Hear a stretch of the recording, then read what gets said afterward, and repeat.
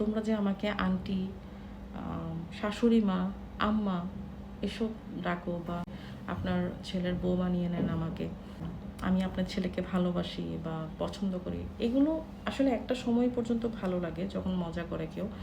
But যখন এটার মাত্রা ছাড়িয়ে যায় তখন কিন্তু আসলে মানাটা একটা মানুষের জন্য কষ্ট হয়ে যায়।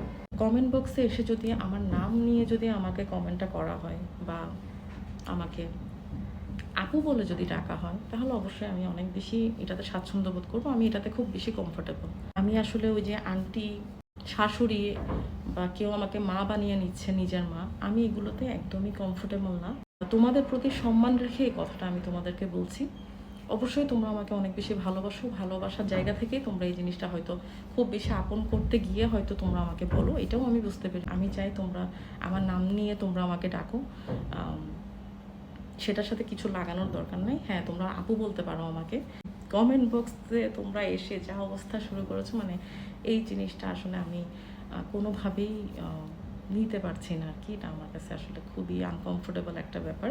অবশ্যই তোমরা আমাকে অনেক বেশি ভালোবাসো, আশা করি এইভাবে ভালোবাসা দিয়ে যাবা, এইভাবে সাপোর্ট দিয়ে যাবা। অবশ্যই এই ভালোবাসার জায়গা থেকে আমি এই রিকোয়েস্টটা করলাম, ছোট রিকোয়েস্টটা। আশা করি তোমরা আমার এই ছোট রিকোয়েস্টটা তোমরা রাখবা।